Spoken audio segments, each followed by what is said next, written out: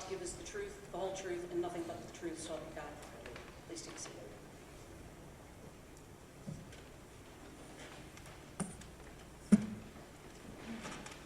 Good morning, sir. Good morning.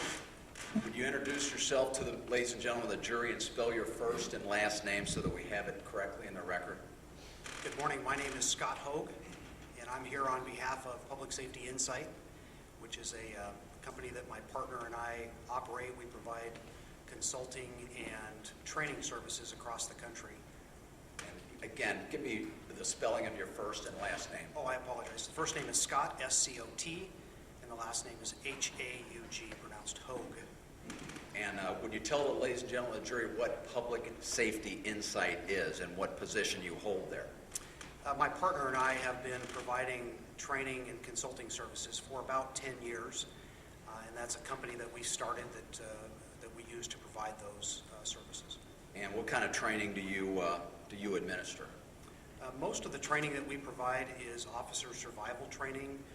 We do some technology training as well and a variety of law enforcement related technologies. Can you tell us a little bit about your employment history in the field of law enforcement, please? Yeah, in addition to my work with Public Safety Insight, my full-time job is that of a police officer. I've been a police officer with the City of Post Falls, Idaho Police Department for 30 years. I started as a volunteer at age 19 and have worked my way up through the ranks in that position. My first sworn position was that of a police officer. I was then promoted to sergeant, administrative sergeant, lieutenant, captain, and was appointed as the chief of police in 2009, and I currently hold that position today. And as a point of reference, Post Falls is a city in Idaho near, I guess, the next biggest city would be Spokane.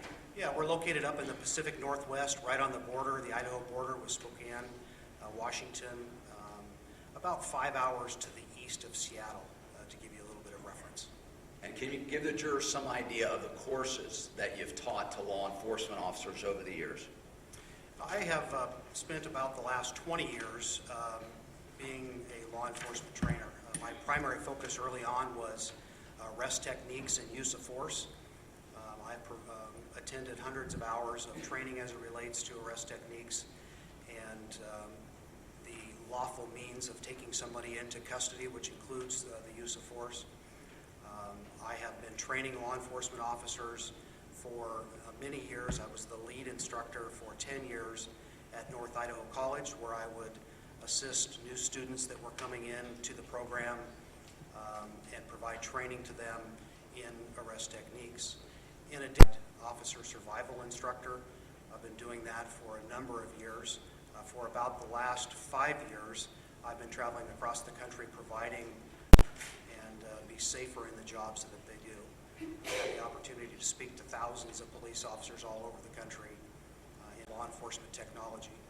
I've been involved in a variety of different, the implementation of law enforcement technology type programs, from license plate recognition technology to in-car video system technology to BWC or body-worn camera technology.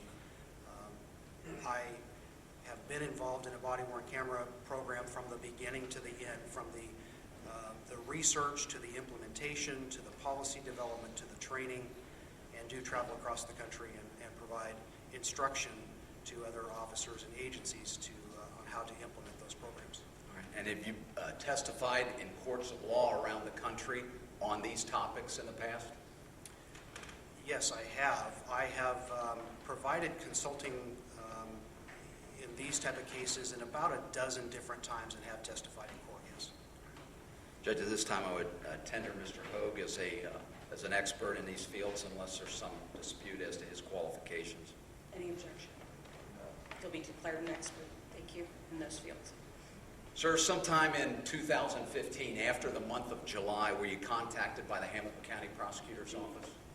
Yes, I was contacted by the Hamilton County Prosecutor's Office in, I believe it was October of 2015, to provide some assistance in this case. And when you say this case, that's the Ray Tenzing case involving the shooting of an unarmed motorist named Samuel Dubose?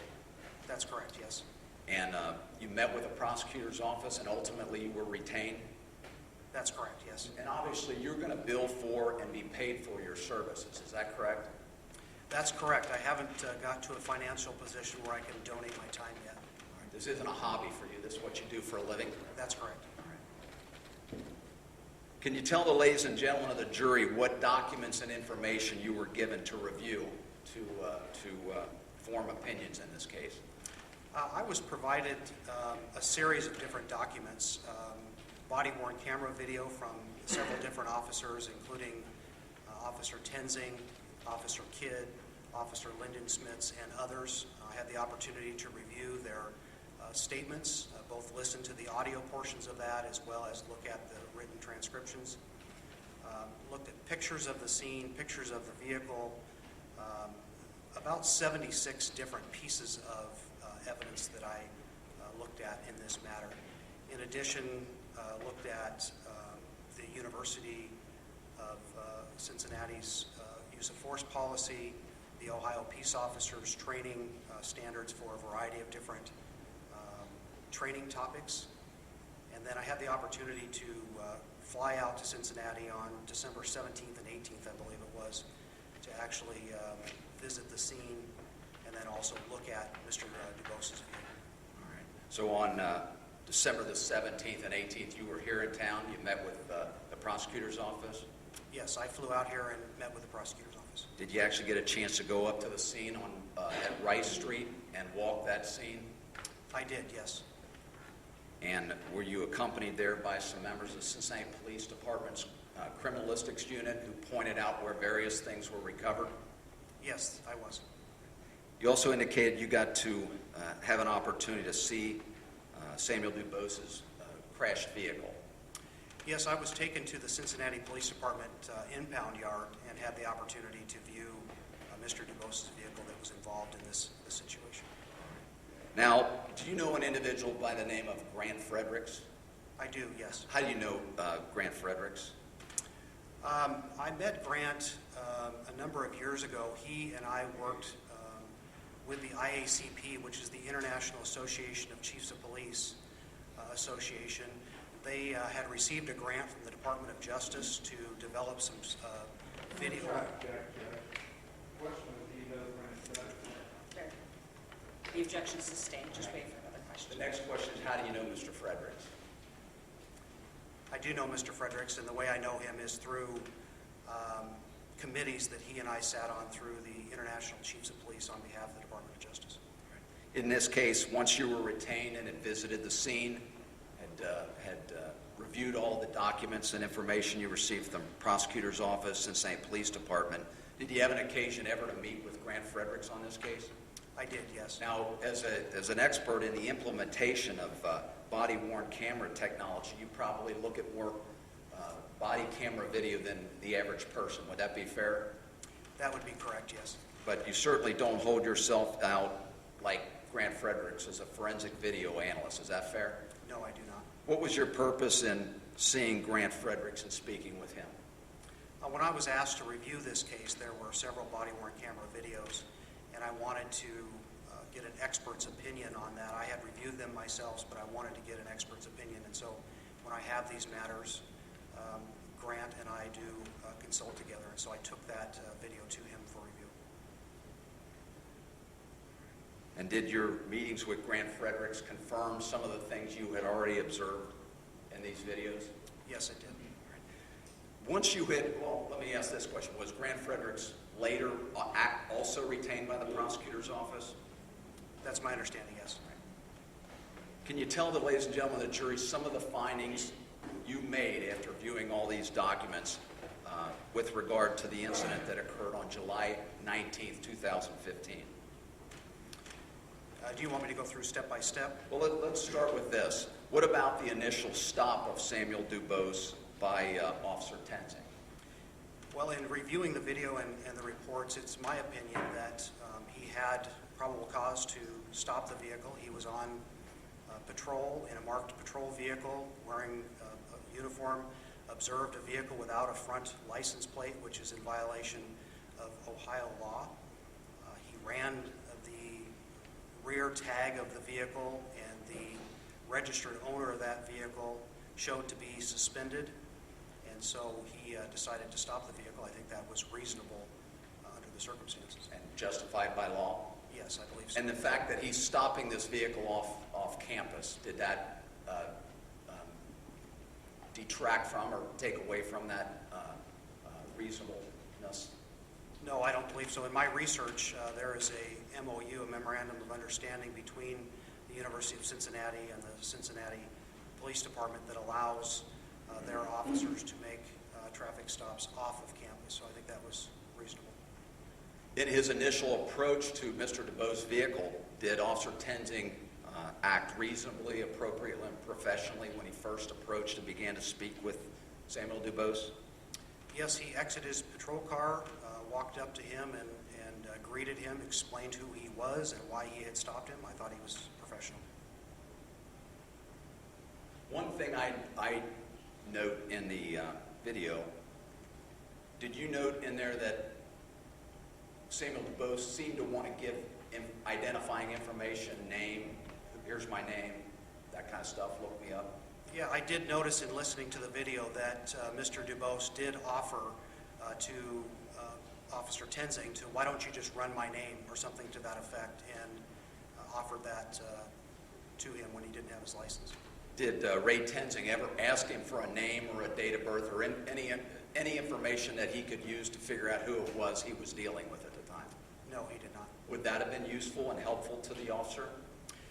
Yes, I think when you're contacting someone who doesn't have a driver's license, that would be one of the first questions that you would ask, is, especially when they're offering that information, to try to identify them, to ask for their name and date of birth so that you can know who you're talking with and be able to go back and run them through the computer system, And NCIC. you might find out more information about who the person is?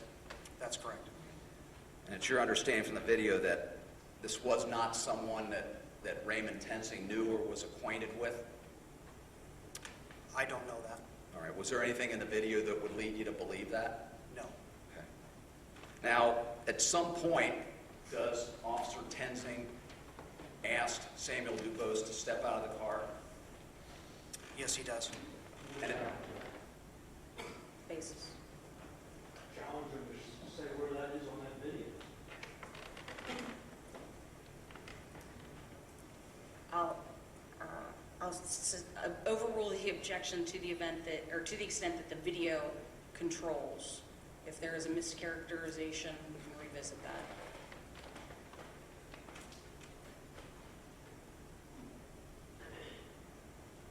was Officer Tenzing justified in asking that person, Samuel DuBose, to step out of the vehicle? Yes, he was. He had not produced a license at that time, is that correct? That's correct. Did Mr. DuBose immediately comply with that order? No, he did not. At that point, will you tell the ladies and gentlemen of the jury what you saw on that video Samuel DuBose do? In reviewing the video, after Officer Tenzing asked him to remove his seatbelt, Mr. DuBose reached over and grabbed onto the door as Officer Tenzing was opening it and pulled the door shut. Is that something that an officer that's trained as a patrol officer should reasonably anticipate and be prepared for? Yeah, I think when you look at the facts of this incident, I think many aspects of it were predictable. It is not uncommon for the driver of a vehicle to be resistant. And in the video, what was your observation as to what Officer Tenzing did in response to Samuel DuBose starting that vehicle? Well, when I was reviewing the video, it appeared that he lunged inside of the vehicle with his left hand. In reading the statements, he made the statement that he was trying to, I think he used the words, knock the keys out to get the driver to stop. Did you find that conduct on the part of Raymond Tenzing to be reasonable and appropriate for an officer? No, I did not. I think that is tactically unsound to lunge into a vehicle that you believe is going to be leaving the scene. Can you explain why that is? Well, as I mentioned about predictability, we know as police officers that if you reach inside of a vehicle, that there is a likelihood that you can become trapped, you can become injured. We've seen police officers across the country be injured or killed in those kind of circumstances. And so typical law enforcement training, and that of Ohio, would tell officers not to reach inside of a vehicle under these types of circumstances. What factors did you see in this case that made this action by Officer Tenzing unreasonable? Well, I think the number one, you have to consider the reason for the stop. You're dealing with a minor traffic violation, and you have someone who is trying to flee the scene, and I think that Officer Tenzing had other options that he could have used to try to handle this situation. So as far as Officer Tenzing knew at this point, all he had was a no front plate citation, and maybe a no driver's license citation. Yeah, I think that's true. I think he also knew that he had someone that was not complying, and I think that's a consideration that needs to be considered in this matter, and that a reasonable officer would consider. Based on your view of the video, and not just his, but Kidd's and Lindenschmidt's, did Officer Tenzing have backup on the scene? Yes, he did. What happens if he simply steps aside and allows this vehicle to pull away? Well, I think that, as I mentioned, there are several things that he could have done, and that would be one of them, that you had a backup car that showed up with 2 police officers in it. Had he just taken a step back and asked them to pursue the vehicle if it fled, that would have been a reasonable way to handle this situation. Did his action in lunging into the vehicle increase the danger for both himself and the driver of that vehicle? Absolutely. Are you familiar with a phrase, and I've heard it called various names. One of the terms I've heard it called is officer-created or officer-induced jeopardy? Yeah, I use the terminology state-created danger, but yes, I'm familiar with that term. And what does that mean? Well, when an officer uses unsound tactics in a predictable event, there's a possibility to set off a set of circumstances that can end in tragedy. And what I mean by that is that we as police officers know that on traffic stops, occasionally people will flee from us. And we also know that if you lunge or reach inside of a vehicle, that you can become trapped. Officers have been injured, officers have been killed. And so it's predictable to know what the outcome would be under that set of circumstances. And so what state-created danger would be is when the officer creates a situation that then they articulate as the reason that they used an elevated level of force. In addition to being unreasonable and inappropriate, was this action inconsistent with training that you saw in the materials you received as to Ray Tenzing's training? Yes, it was. Now, in the statement of Ray Tenzing that you received, what danger did he indicate he feared? Well, he mentioned in his statement that he feared for his life. And from what? What was the danger that was putting him in peril? Oh, I apologize. He mentioned that he was in fear of being dragged by the car. Did he allege that he was hung up in the steering wheel? Yes, he did. Now, you reviewed the body cam video, is that correct, in its entirety? I have several times, yes, I've reviewed the videos. Did you find anything in that body cam video that you reviewed that ever indicated he was ever hung up or was caught in the steering wheel? No, I have reviewed it dozens and dozens of times. I've reviewed it with the video expert, Grant Fredericks, and can find no location at any time in the video where he is hung up in the vehicle and being dragged. And that was my next question. Did you ever find anything in that video to indicate that he was being dragged by the vehicle? No. Now, do you recall in the statement of Officer Tenzing, at what point did he indicate that he pulled his service weapon? When did Officer Tenzing indicate that? That he pulled his weapon, correct? He mentioned that he pulled his weapon because he was in fear for his life. I don't remember if he mentioned exactly what was the trigger for that.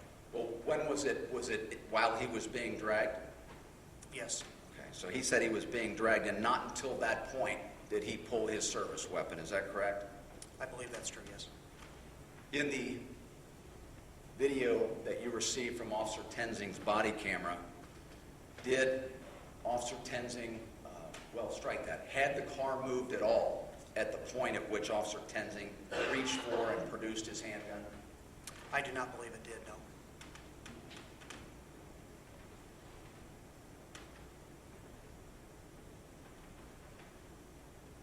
Now, what factors go into determining the reasonableness of an officer's use of deadly force? I think there's several different factors that you consider when you're looking at a case like this. You would look at all of the evidence that you're provided. You would look at the policy and procedure that guides the police officer as they perform their duties. You would look at their training. What does the training say about this particular situation? And then last but most importantly, you would look at case law. What do the courts, what have they ruled in regards to how to handle these type of situations? So you would take all of that in what they call the totality of the circumstances and look to see whether the officer's actions were reasonable under the circumstances. And would the severity of the offense be one of the factors to be taken into account? Yeah, and one of the benchmark cases as it relates to matters like this is a case called Graham versus Connor. It was decided in 1989 by the United States Supreme Court, and it governs all of us in law enforcement regardless of what state that you're policing in. And in that case, it's an incident that happened in 1984 in Charlotte, North Carolina, where Mr. Graham was injured by police officers during an encounter. And what the courts ruled in that case is that officers must be judged by the reasonableness standard of what would a reasonable officer in similar circumstances do. And they didn't give us a bright line, but they gave us several different steps to consider.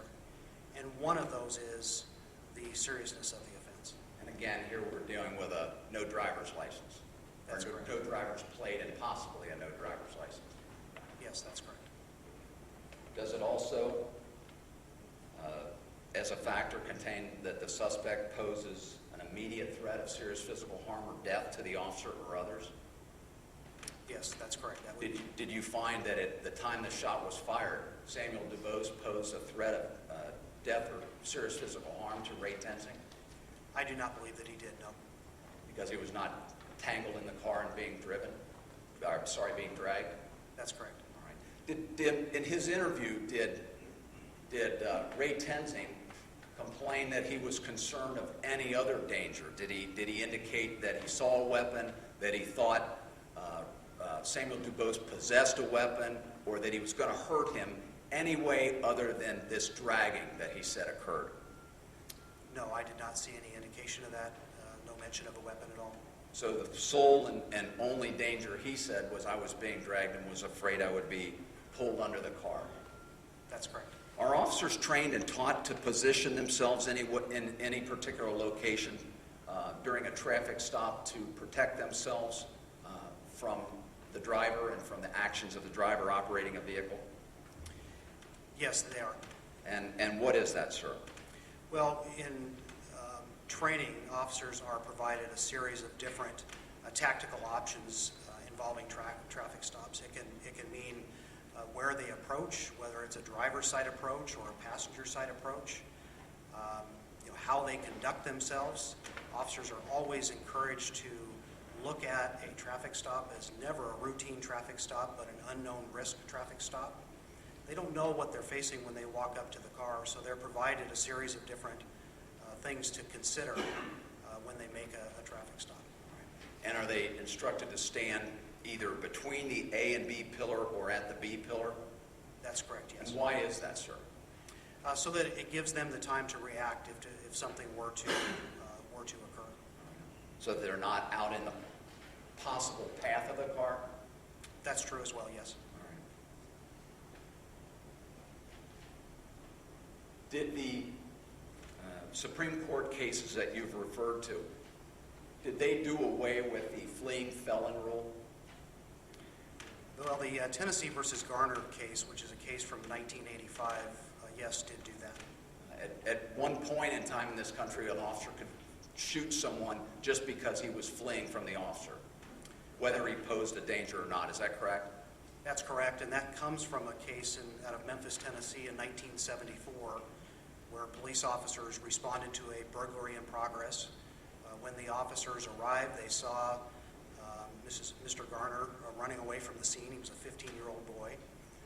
The officer, using his flashlight, saw that he was unarmed and did not feel threatened by him, but shouted for him to stop. And as he was preparing to jump a 6-foot chain-link fence, he shot him in the back of the head. And under Tennessee law at the time, an officer could shoot a fleeing felon. So the Garner family pursued that in court, and what the Supreme Court said in its ruling in 1985 is that the government's interest in apprehending a fleeing felon does not override somebody's life, and that you cannot shoot a fleeing subject unless the officer has probable cause to believe that his or someone else's life is in immediate danger of injury or death. And so that has been the law of the land since 1985. And again, that's a Supreme Court decision that all law enforcement officers, no matter where you work, are guided by. And all law enforcement officers are subject to that law. Is that correct? That's correct. And they can no longer shoot someone just because he's trying to flee or get away, or just because he's not doing as ordered by the officer. That's correct. Is the new standard that an officer can only use deadly force if he has probable cause to believe it's necessary to protect himself or others from immediate threat of death or serious bodily harm? That's correct. And is it also required now as the law of the land that the use of force must be objectively reasonable? That's correct, yes. Sir, in your complete examination of this case, do you have an opinion as to the reasonableness and lawfulness of Officer Tenzing's use of deadly force in this case?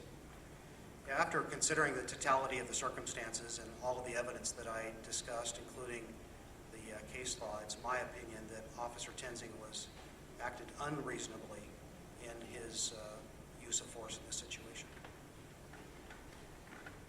Is shooting of Samuel DuBose, in your opinion, as an expert, was it justified? No, it was not, in my opinion. Take your time.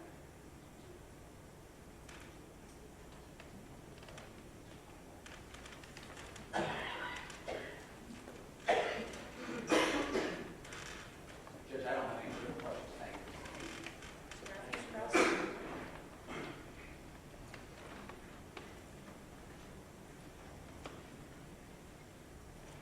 Okay. Is it Chief Haug? It's Haug is my last name. Haug, Yeah, Mr. okay. Haug. Chief, you indicated you're from Post Falls, Idaho, correct? From Idaho, yes. How big is, well, you're the police chief at Post Falls, Idaho. That's correct, yes. How big is Post Falls, Idaho? We're a community of between 30 and 35,000. There's about 400,000 in our metropolitan area. And so your city is smaller than the population of the student population of the campus of the University of Cincinnati. Would that be a fair statement on my part? I don't know what the population of UC is. Okay. How many officers are employed at your department? There's about a total of 100 employees and volunteers. About, in round numbers, 45 to 50 of those are sworn officers. And I was impressed by your resume and by the fact that you travel around the country and teach and instruct. How often do you do that? I would say on a monthly basis, I travel to provide instruction across the country. On a monthly basis? I believe so, yeah. Do you have time to be chief there at Post Falls? Yes, I do. And they put up with that. I have a good staff that continues to run the operation, so yes. Would you classify yourself as a professional witness? I believe so, yes. You indicated that you've been retained because you don't have sufficient funds to do this on a volunteer basis, correct? That's correct. How much are you being paid for your testimony today? I charge an hourly rate to provide this. Are you asking how much I've been paid to date, or how much I'm charging? I don't understand the question. Okay, well, the question is, are you getting on an airplane and leaving here today? Yes, I am. And then you're finished with this case, correct? That's my understanding, yes. What do you figure your total bill is going to be by the time you're finished? I don't know for sure. I would say several $1,000s that I've billed so far. A lot of that is for travel and lodging and per diem when I came out here. I don't know the exact amount, but it's been several $1,000s that I've billed so far. And did you travel here with Grant Fredericks? No, I did not. Have you seen him since you've been here? Yes, I have. Okay. Now, you indicated in your testimony that you looked at a whole lot of different stuff, right? Yes, sir. To arrive at your opinions in this case? Yes, sir, I did. Did you happen to look at the autopsy report of Samuel DuBose? I was provided autopsy pictures. I don't know if I actually looked at the autopsy report. Okay. Were you aware that Samuel DuBose had a state of Ohio identification card in his pocket at the time of this incident? No, I was not aware of that.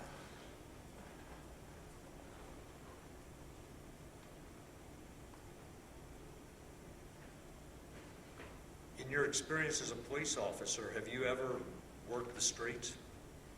Yes, I've worked the streets. Have you ever reached into a car during your career? No, I have not. Okay. One of the things you teach is handcuffing techniques, correct? That's correct. Are you familiar with the handcuffing technique of handcuffing a person before you remove them from a vehicle?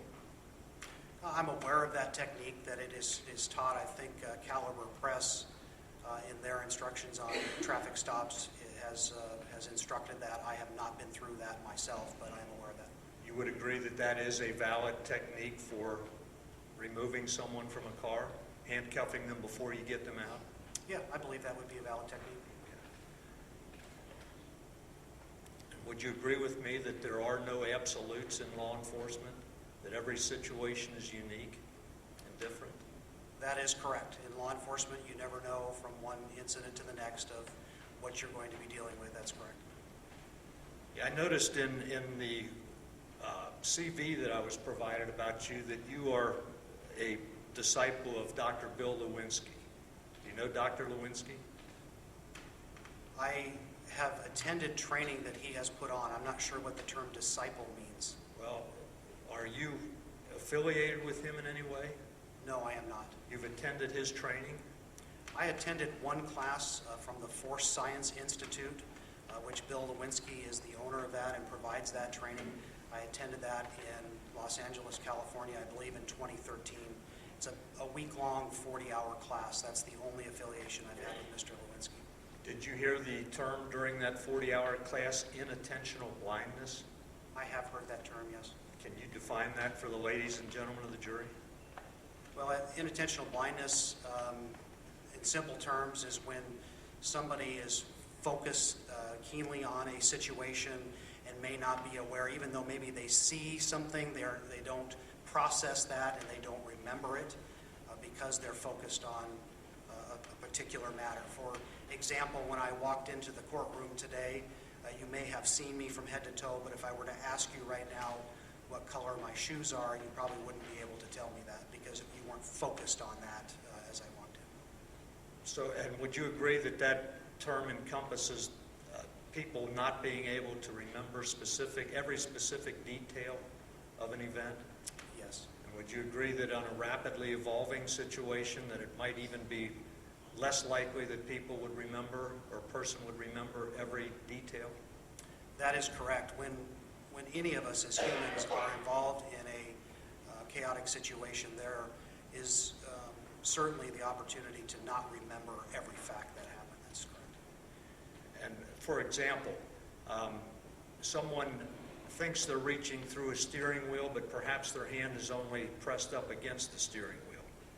That could be something that the difference could be due to inattentional blindness. Would you agree with that? It could be, yes. Thank you. Now, You indicated, I believe, in your testimony that you had no problem with Officer Tenzing initially stopping Sam DeBose, correct? That's correct. For the no front license plate and because he was armed with information that the registered owner of the vehicle was under suspension. That's correct.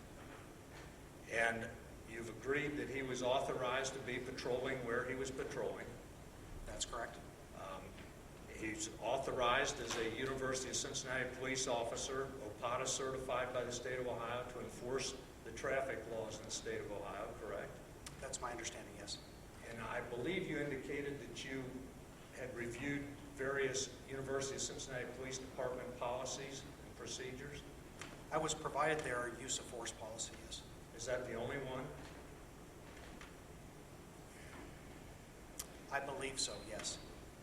Did you see the policy that says that their officers shall enforce traffic laws, not may enforce them, or if you feel like it, but you shall enforce violations of traffic laws?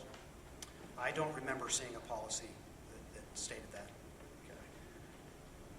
Do you have such a policy at Post Falls? No, we do not.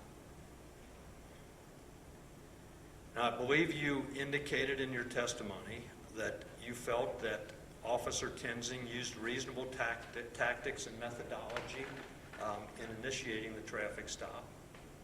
Is that correct? That's correct, yes. And he properly identified himself as he walked up to Mr. DeBose's car. He told him who he was and why he stopped him.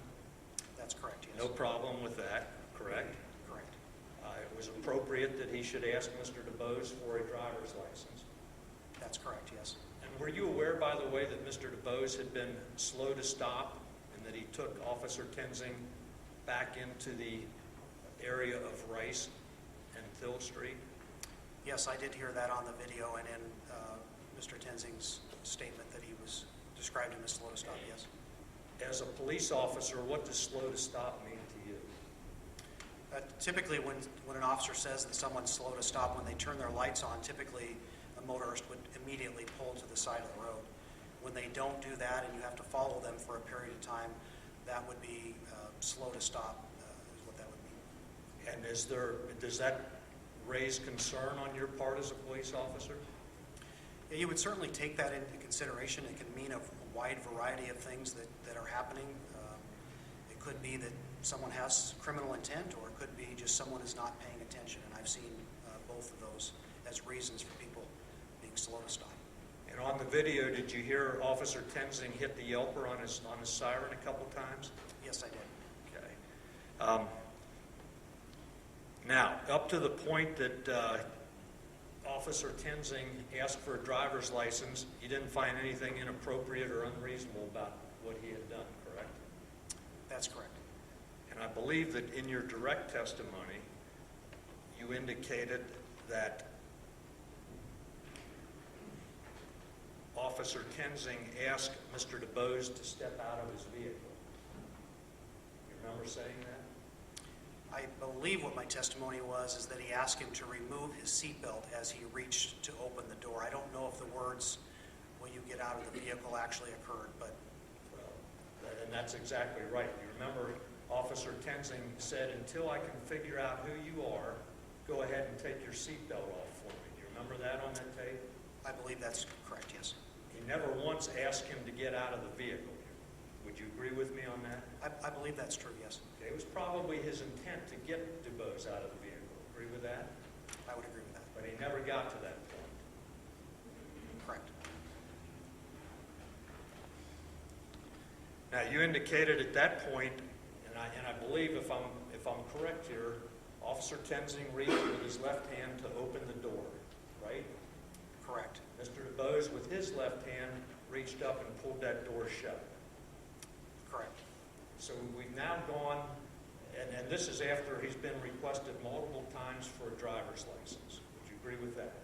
I would agree with that, yes. And he's gotten multiple evasive type of answers or no response at all. Would you agree with that? Yes, I would agree with that. As a police officer, would you agree with me that if you were in that situation, you would be even more concerned beyond the slow to stop? You would be even more concerned about his non-compliance? Yeah, I think that's certainly a sign for a police officer to consider that the person is not being cooperative. Yes, I would take that into consideration.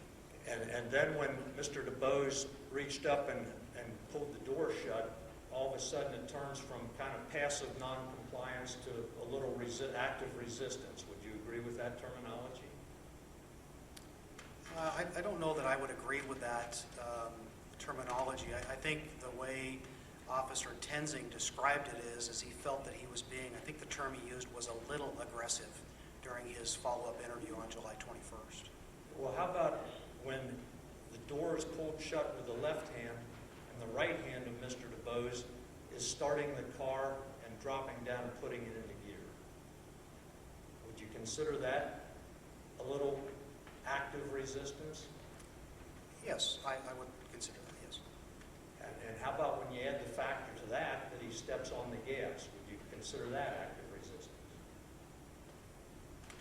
Well, I would consider if it was an intentional activation of the accelerator, yes, would consider that to be resistance.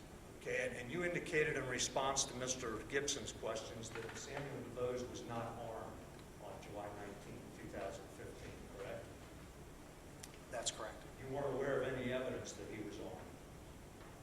I'm not aware that he was, of any evidence that he was armed with a firearm or a knife, anything like that, yes. Would you agree with me, or have you ever seen situations in your 30-year career where an automobile was converted from a simple machine to carry you from here to there to a deadly weapon? Yes, there are occasions that I've seen in law enforcement where officers have been injured or killed by motor vehicles. And would you agree to me that when Mr. DeBose started that car, stepped on the accelerator, turned to the left with Officer Tenzing's arm inside the car, he had changed from resisting to actively attempting to injure the officer? In my review of the video, I didn't see all of those things occur, but I guess maybe you could clarify the question.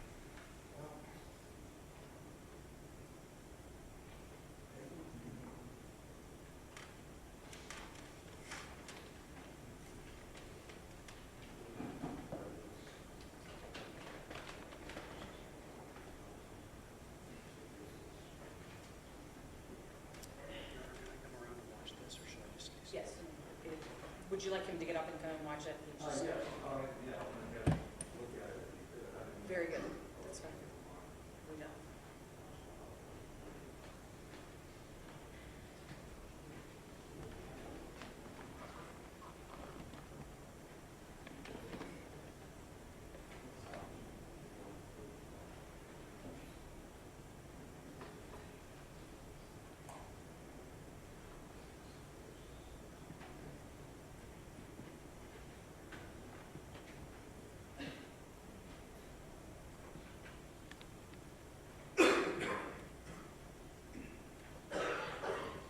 Chief, I understand that you don't claim to be a video expert, correct?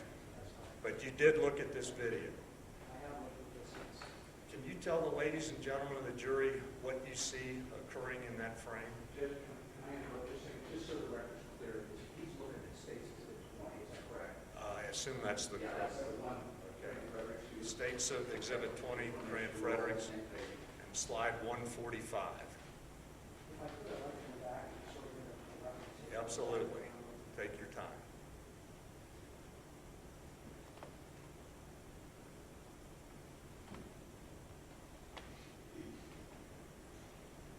Okay, so here we see Tenzing's left hand in front of the steering wheel, he's reaching in. Mr. DeBose is reaching with his left hand. Or actually, his left hand is leading the door. Would you agree with me that his left hand appears to be moving toward Officer Tenzing's left arm? Well, in my opinion, in reviewing this, what I believe is happening is as the officer is lunging in, and this is my opinion, that it's a sort of a shock reaction of sort of going into a, if someone lunges into the car, everything's happening quickly, your reaction would be to sort of protect yourself. And again, that is your opinion. That's my opinion. Okay.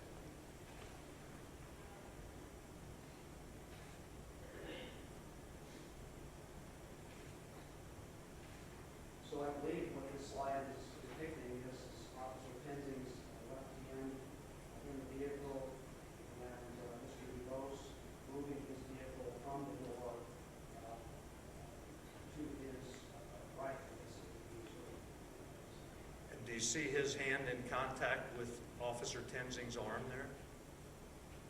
I cannot tell from this picture whether it's in contact or not. Let's- They're in the same proximity.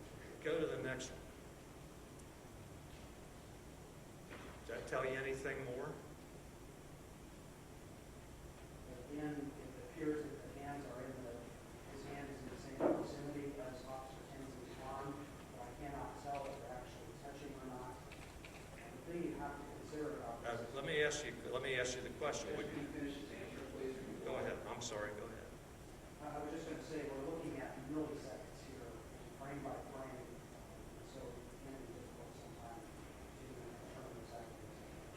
Can be very difficult, correct? Would you agree with me that both Officer Tenzing's hand, left hand, and Samuel DeBose's left hand are both in very close proximity to the steering wheel? I would agree with that. And you can't tell from that particular screenshot whether they're actually in contact with the steering wheel? No, Okay, while you're up there, can you go back to slide number 2, please?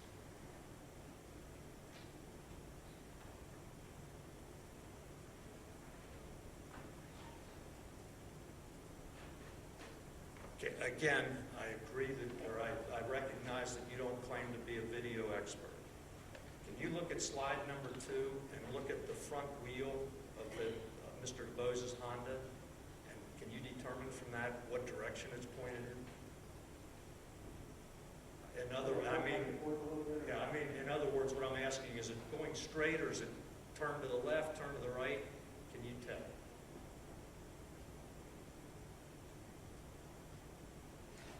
can't tell you from that picture whether it's Okay. Does it appear to be more straightforward than turned in any direction? The vehicle actually looks to me to be a little bit canted to the left, just in the position that it's in, with the vehicle pointing forward, but it's very difficult to tell. Can you look at that photograph and look at the roadway and tell whether that's level, uphill, or downhill? It's difficult to tell from this photo, but I have been out to the scene to know that this is uphill from where this vehicle is parked at. It can be difficult in the picture. Would you agree with me that for a stationary object to move uphill, for a stationary automobile, there has to be some force applied to get it to start uphill, such as stepping on the gas? Such as stepping on the gas? Yeah, either intentional or unintentional, there has to be some kind of application. Okay, you can take your seat again.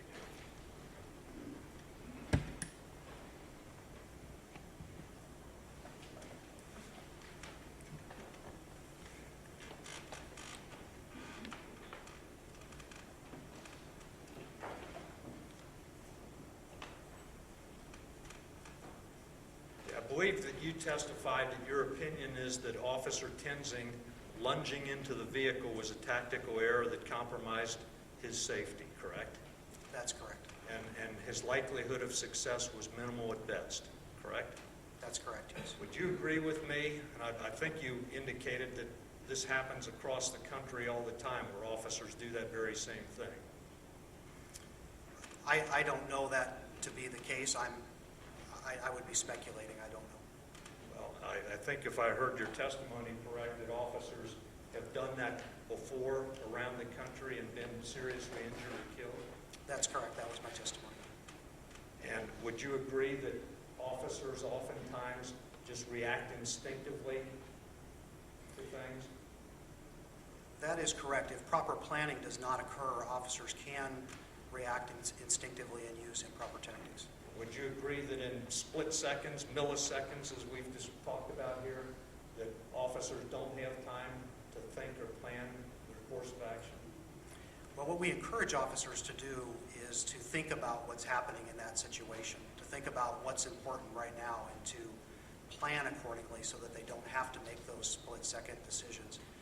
What happens is when an officer does not plan for something like this, you can have happen what I call the sort of the jack-in-the-box theory, where an officer is surprised and and all of a sudden they make decisions that can be tactically unsound and set off a series of events that end in tragedy. Okay, well, Chief, you indicated that Officer Tenzing was correct in attempting to obtain identification from Mr. DeBose, correct? That's correct.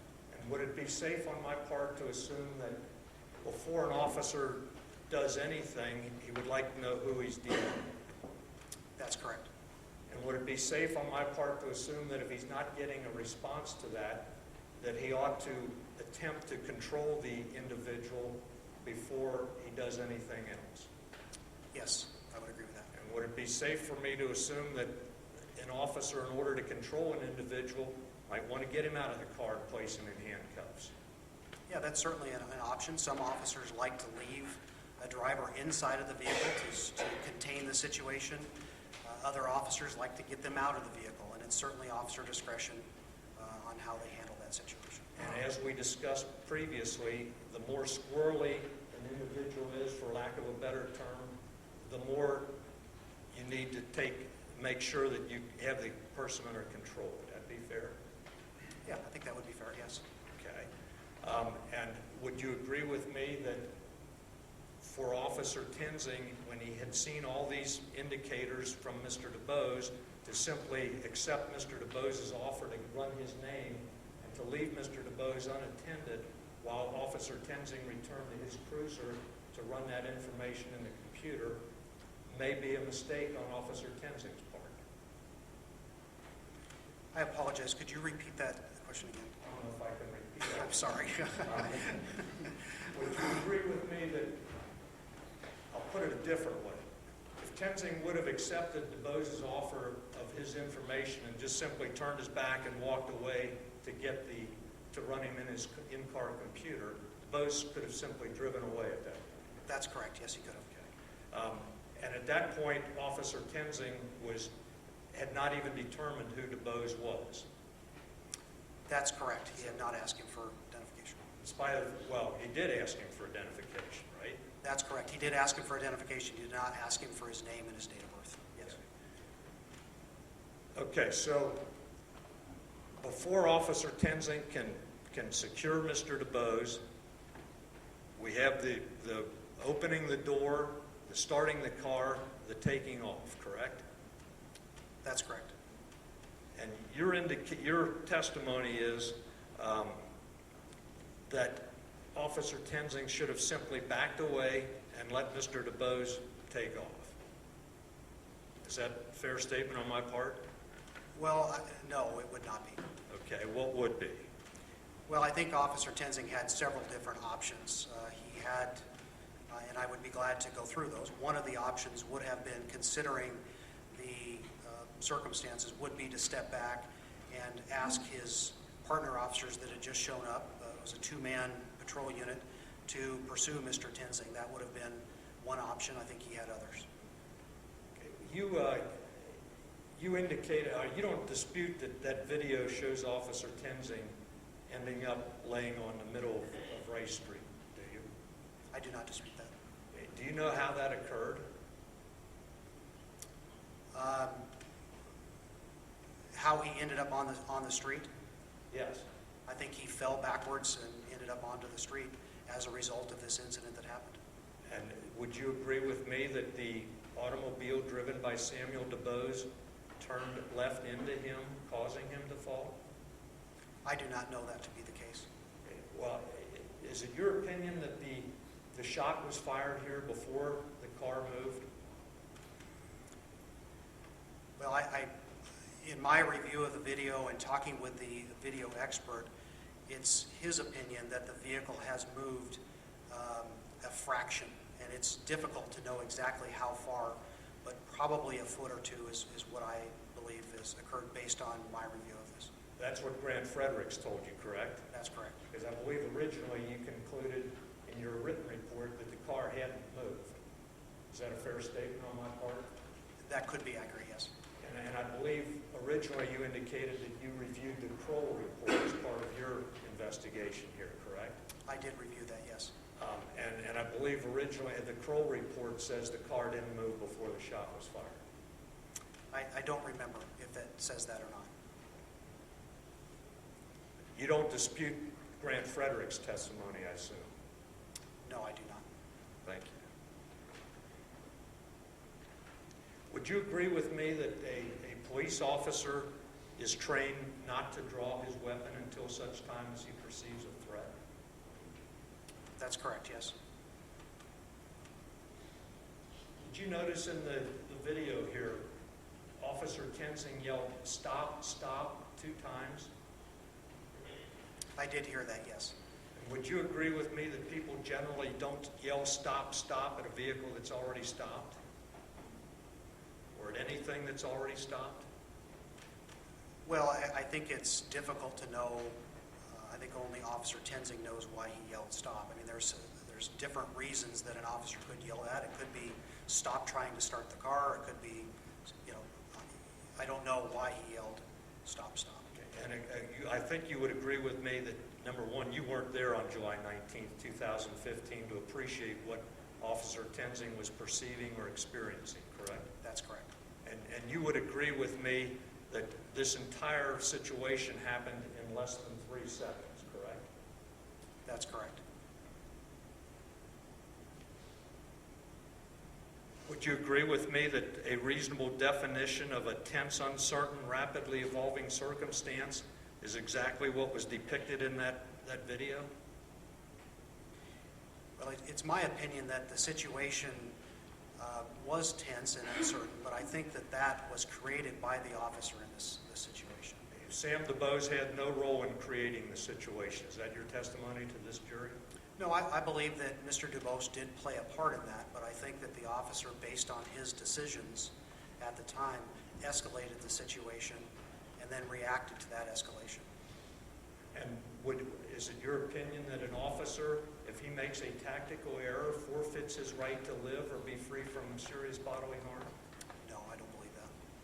Thank you. You indicated that you reviewed this video. First you said several times in your direct testimony, and then you said dozens and dozens of times, correct?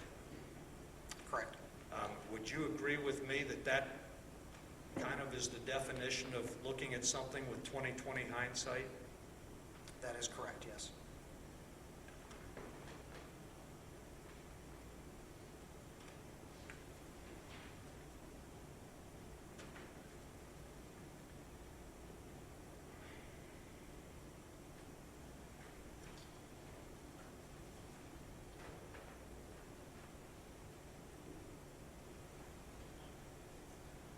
You were up there on Rice Street last December, correct?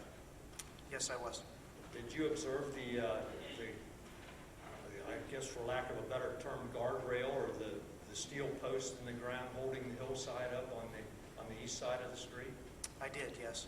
And would that cause you concern as an officer if you had pulled a car over on that street? I don't believe it would cause me any concern, no. Okay, would it cause you concern if a car started and began to move with you attached to it? If I was actually attached to the vehicle and it was moving, Yes, sir. then yes, it probably would.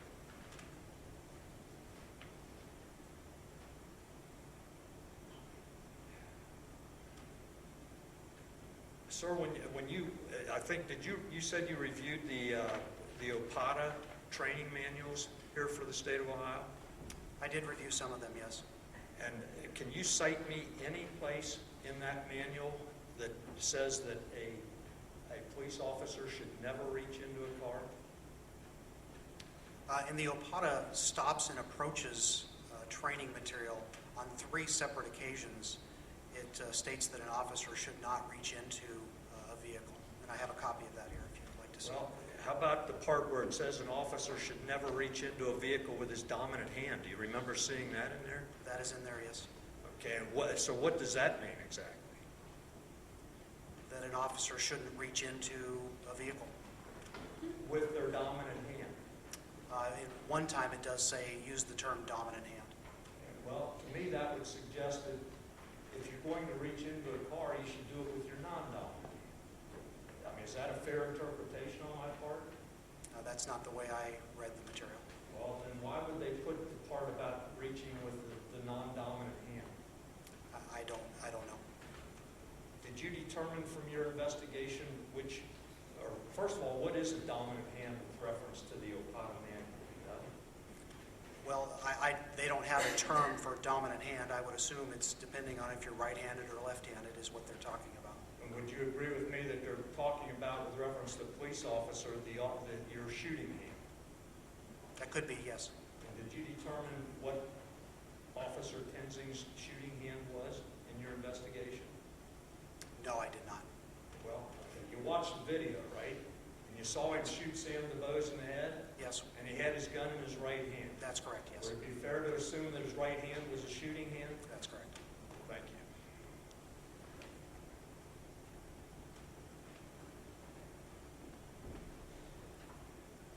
As part of your investigation, you indicated that you reviewed the statements of Officers Kidd and Lindenschmidt, correct? Yes, I did. And Officers Kidd and Lindenschmidt both indicated in their statements that the vehicle was in motion before the shot was fired. I believe that's to be the case, yes.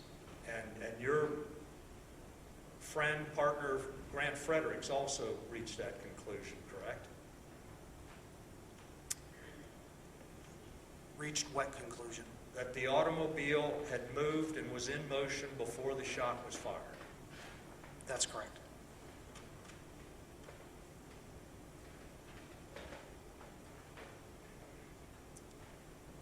You saw the video with the automobile parked in front of Mr. DeBose's car, correct? Yes, And would you agree that Mr. DeBose would have had to maneuver that vehicle to the left to avoid the parked car when he was driving away? it's my opinion that Mr. Dubose was not in control of that vehicle when it left there. So is it your opinion, if I understand you correctly, that by the time that car started moving, he had been already shot and was not in control of the car? Within a few feet at most, he had been shot and that vehicle sped down the roadway. It's my opinion, based on reviewing the information, that more than likely he was killed immediately when he was shot.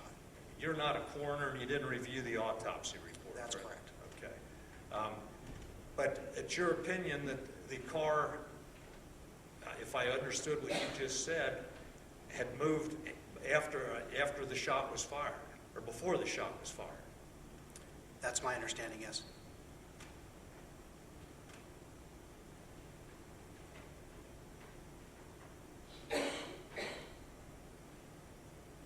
Sir, are you suggesting that Officer Tenzing did not have a fear of great bodily harm or death? No, I'm not suggesting that. Because you don't know what Officer Tenzing was going through in those less than 3 seconds, correct? That's correct. Thank you.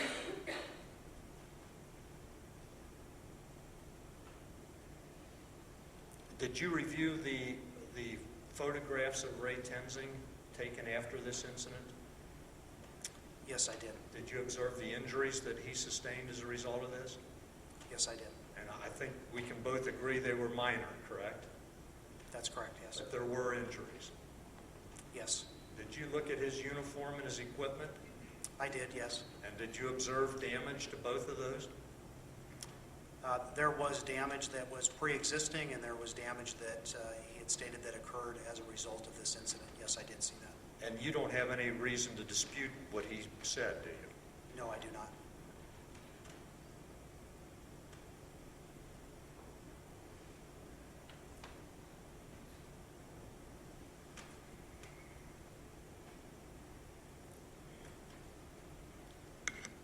Would you agree with me, Chief, that the camera sees only what the camera sees and not what the officer sees or perceives? That's correct. There is a difference. And I believe you actually published an article in some magazine that said something to that effect, correct? That's correct, yes. And I think you would agree with me. I think you said in that article that just because the camera sees something, that doesn't mean the officer sees it. That's correct.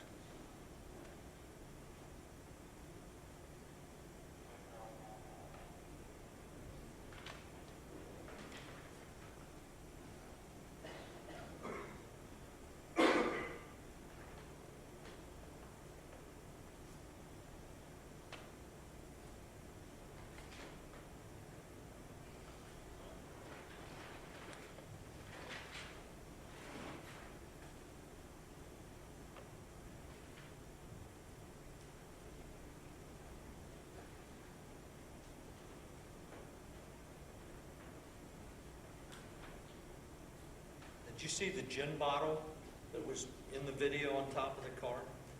Yes, I did. And as a police officer, if you encountered a motorist who had a bottle of gin, or a bottle that said gin on it, and he handed it to you, would you inquire further about that? Yeah, I would certainly ask questions about that. And would you do that after you had ascertained who you were dealing with? Yes, the first thing that I would want to do as a police officer is to identify who I'm dealing with.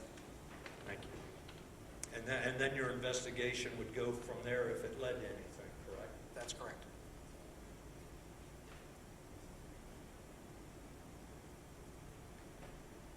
Now, you talked about two Supreme Court cases, Graham versus Connor and Garner versus Tennessee, correct? That's correct. And would you agree that the Garner case has to do with a fleeing felon? That's correct, yes.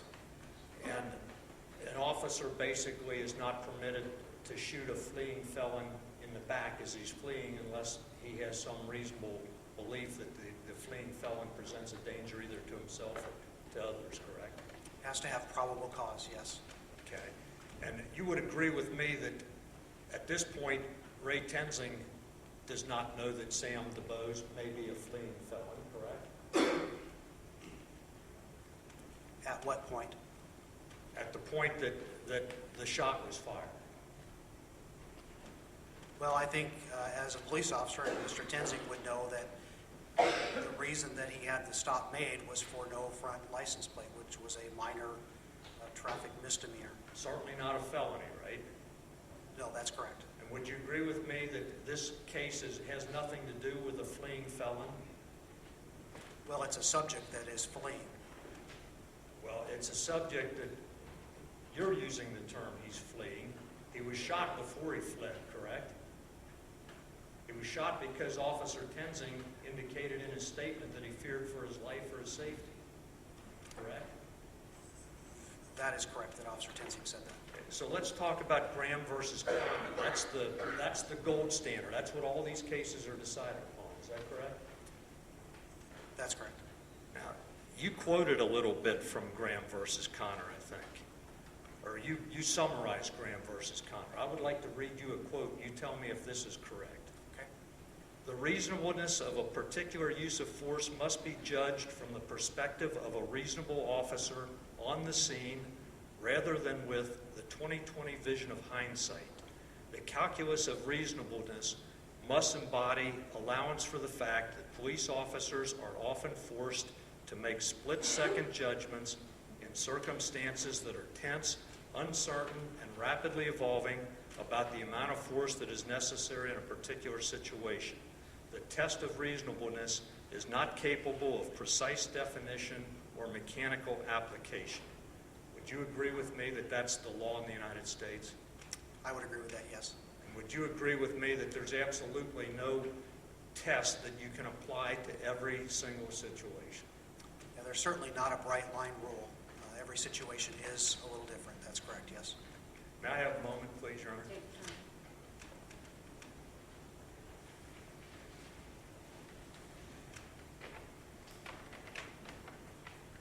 Nothing further. Thank you. Very direct? No, Your Honor, thank you. Very good. You may step down. Is this witness free to leave? Any objection? No, Your Honor. Very good. You are released. You may leave the courthouse. Thank you so much for your time.